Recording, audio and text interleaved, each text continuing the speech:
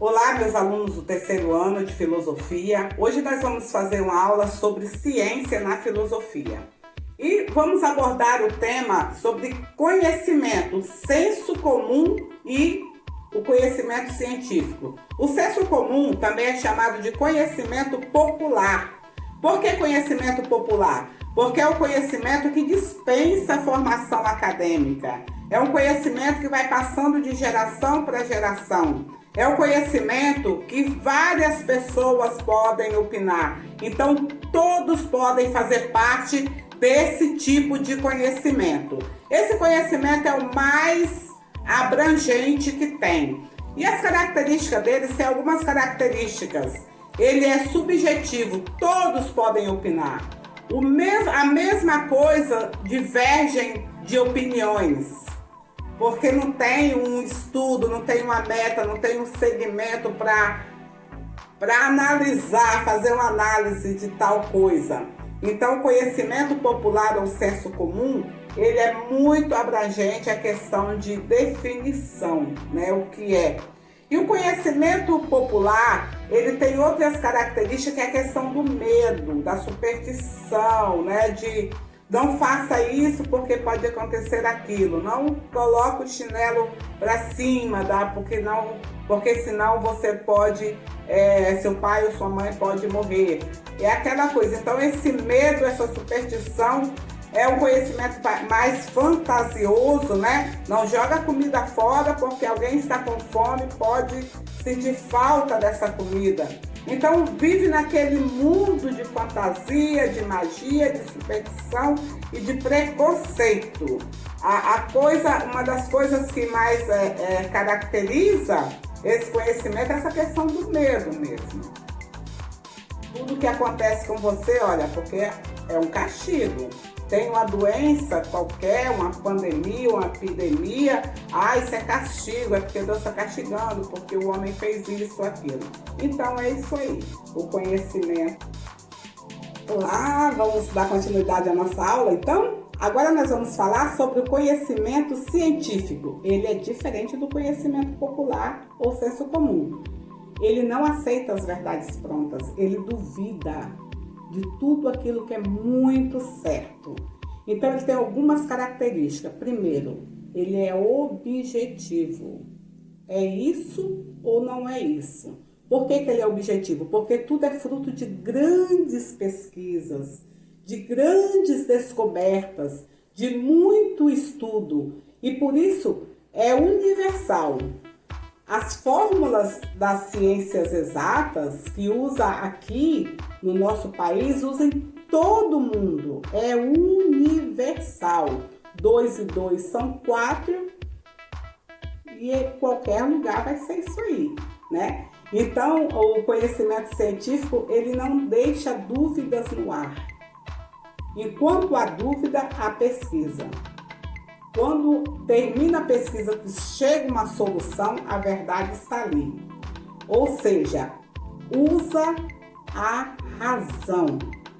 E pelo fato de usar a razão, foge o medo. Aquele medo que eu tenho de ser castigado, aquele medo que vai pairar alguma coisa ruim sobre mim, aquele medo que eu não posso descobrir isso porque algo muito ruim pode acontecer, mas é eficaz. A ciência é eficaz. Ela é capaz de permitir que o homem conheça, descubra e transforme a natureza. Através de quê? De grandes pesquisas. A ciência, ela é capaz de explicar, de prever, de modo completo, todas as coisas que podem acontecer. Para você ter uma ideia, como a ciência não foge das coisas, não tem medo de nada, se acontecer, de repente, um grande terremoto, o senso comum vai dizer o seguinte: nossa, o mundo está acabando, isso é um castigo, coisa e tal. A ciência vai pesquisar o motivo daquele terremoto. Por que aconteceu?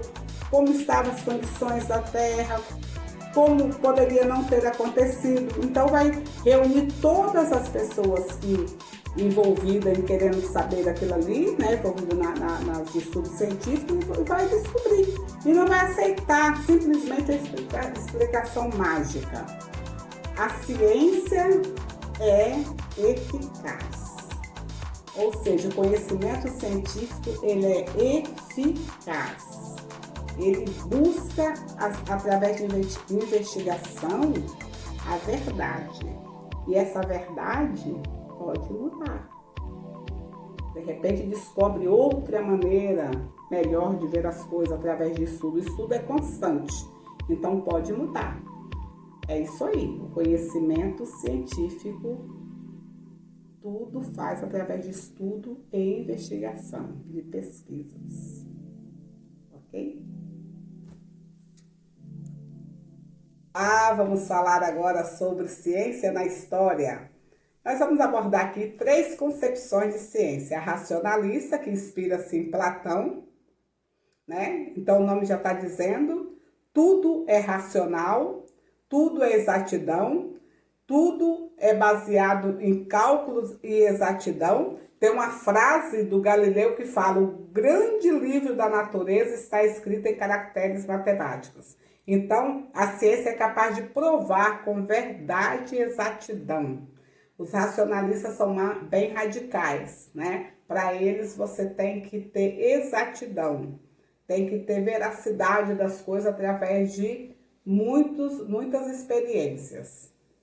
Já os empiristas, eles dizem que a gente pode aprender através de experiências e observações. O empírico é a experiência vivida, é o cotidiano, é a observação do dia a dia.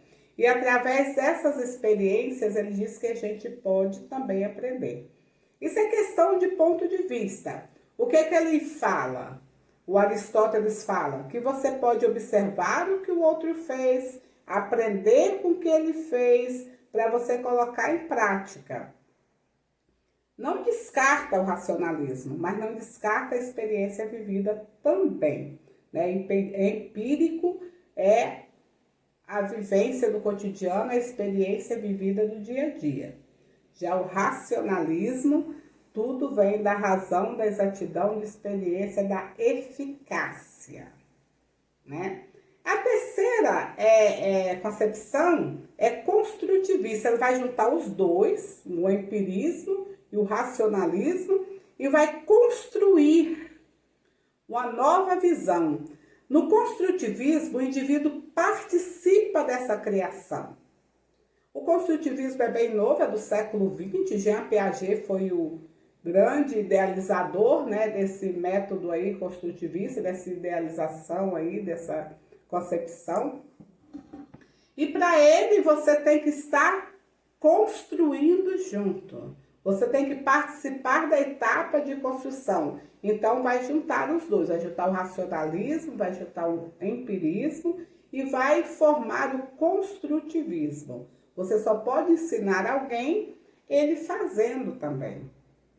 Ele construindo também. Ele participando do todo, da construção de um todo. Na verdade, é a união dos dois, né? Então, essas 3 concepções da ciência na filosofia ao longo da história, ok? A ciência antiga e a ciência clássica ou moderna.